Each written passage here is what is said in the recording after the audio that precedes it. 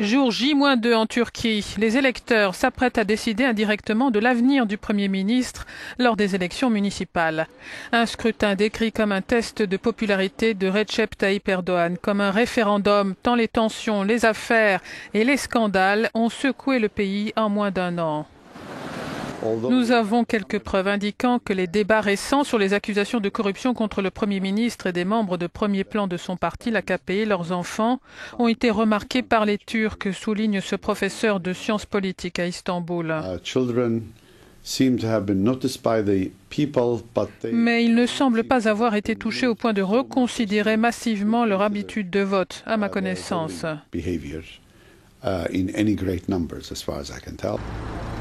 L'opposition espère qu'après le blocage de Twitter et tout récemment de YouTube, après la fronde antigouvernementale au printemps dernier, les scandales de corruption, la purge de la police et de la justice, les électeurs sanctionneront le Premier ministre.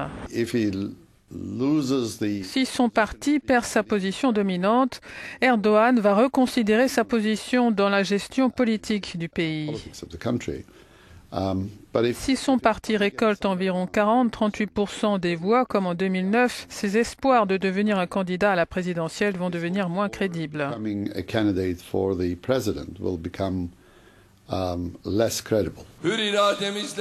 Erdogan a d'ailleurs proclamé publiquement qu'il quitterait la vie politique si l'AKP ne finissait pas en tête le 30 mars au soir.